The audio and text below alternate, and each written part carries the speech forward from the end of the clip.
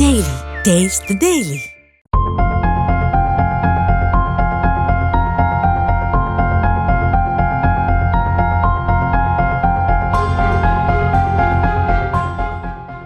கொதிக்கும் எண்ணெய் கொட்டியதில் உடல் முழுவதும் வெந்த சிறுவன் தனியார் மருத்துவமனையில் சிகிச்சை பெற்று வரும் காட்சிதான் இது.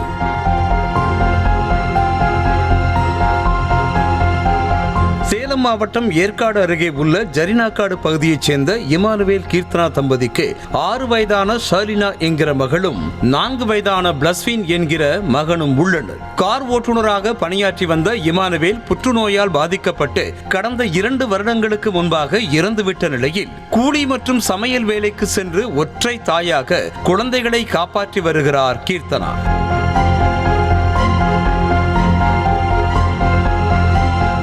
இந்த சூழலில் கடந்த சில தினங்களுக்கு முன்பாக வீட்டில் கீர்த்தனா சமையல் செய்து கொண்டிருந்த போது சிறுவன் பிளஸ்வின் ஓடி வந்து பசிப்பதாக கூறியிருக்கிறார். அவனுக்கு ஆறுதல் கூறிவிட்டு கீர்த்தனா சமைத்துக் கொண்டிருந்த போது மற்றொரு அடுப்பில் பலகாரம் சுடுவதற்காக வைத்திருந்த கொதிக்கும் எண்ணெய் சட்டியை பிளஸ்வின் தவறுதலாக இழுத்து விட்டதாக கூறப்படுகிறது.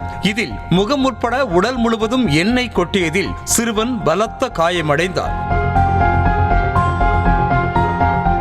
இதனையடுத்து ஏற்காடு அரசு மருத்துவமனையில் சேர்க்கப்பட்ட சிறுவனுக்கு முதலுதவி சிகிச்சை அளித்து சேலம் அரசு மருத்துவமனைக்கு அனுப்பி வைத்திருக்கின்றனர். ஆனால் அங்கு மருத்துவர்கள் வருவதற்கு தாமதமானதால் ராமலிங்கம் என்கிற தனியார் மருத்துவமனையில் அனுமதித்தனர். அங்கு சிறுவனுக்கு தீவிர சிகிச்சை அளிக்கப்பட்டு வரும் நிலையில் தினம்தோறும் 70,000 முதல் 80,000 ரூபாய் வரை செலவாவதாக கூறப்படுகிறது. ஆனால் ஒற்றை தாயான கீர்த்தனாவால் அவ்வளவு பெரிய தொகையை கட்ட முடியாததால் Facebook, வாட்ஸ்அப் உள்ளிட்ட சமூக வலைதளங்கள் மூலம் உதவி கோரியும் நண்பர்கள் மற்றும் உறவினர்களிடம் உதவி கேட்டும் பணத்தை கட்டி வருகிறார்.